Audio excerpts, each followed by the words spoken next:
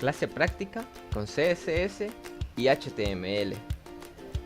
Sí, lo sé, otra definición de CSS, pero es importante recalcarlo.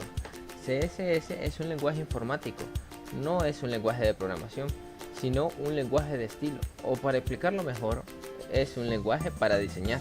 Comenzar a aprenderlo es súper fácil, pero como toda tecnología, las partes avanzadas suelen ser muy difíciles de dominar, así que acompáñenme. La gente apenas lo conoce y cree que es nada más esto.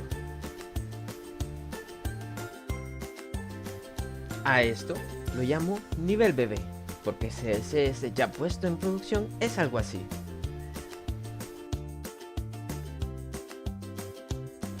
¿Ya sabías que con CSS también podemos declarar variables? Como podemos apreciar, en .root se declara una variable llamada color, con un valor de red. Mientras tanto, en body, con el atributo color usamos la variable color, de tal manera que el color en body sea de color rojo, porque es el valor que se le dio a la variable. Un dato más es que aquí también existen las condicionales. CSS tiene condicionales, aunque la sintaxis no se parece al if que todos manejamos. Las condiciones más conocidas en CSS son las medias queries. Estas definen una condición para la pantalla, tamaño, resolución o proporción. Estas reglas se aplican a los contenidos siempre y cuando se cumpla la condición. Y ahora con los ciclos. Aunque no posee estructuras como for o while, CSS sí permite recorrer lista de elementos. En realidad, un simple selector ya es un ciclo, pues selecciona a todos los elementos del DOM que tengan dicho selector. Sin embargo, podemos ir más allá y usar pseudoclases como nthchild o nthoftype para recorrer listas de elementos con criterios más personalizados. Recortes. Ya no necesitamos más Photoshop. Para recortar una imagen, con la propiedad ClipPath podemos dibujar figuras que recortarán la imagen. Lo mejor es que podemos animar esta propiedad y crear efectos muy vistosos.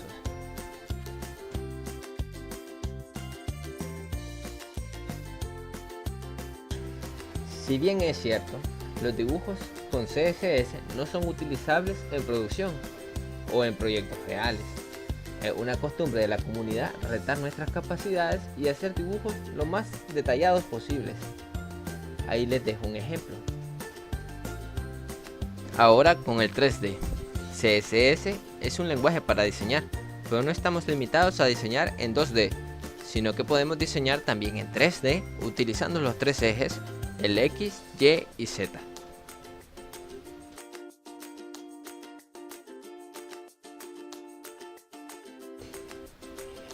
Contadores.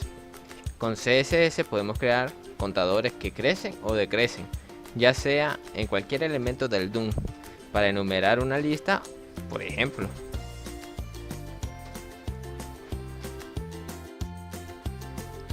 Modos de fusión.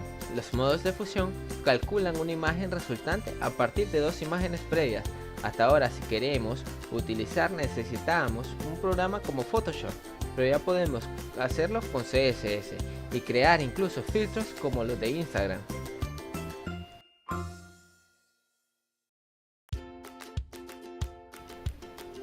Formas. Puedes crear formas alrededor de elementos flotados para que el texto alrededor se acomode a esa forma, algo que solo podíamos hacer con programas como InDesign.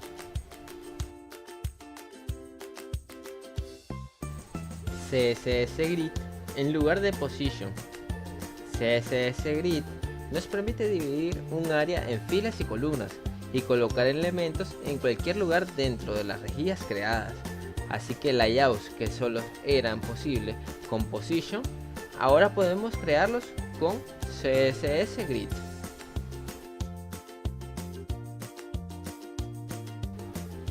Conclusiones. CSS es un lenguaje muy amplio y con una complejidad creciente a medida que empiezas a profundizar en él. Y lo más importante, gracias a CSS, la web es hermosa. ¿Te imaginas un mundo sin CSS? Nadie merece un mundo feo, sin alegría. Nadie merece un mundo sin CSS.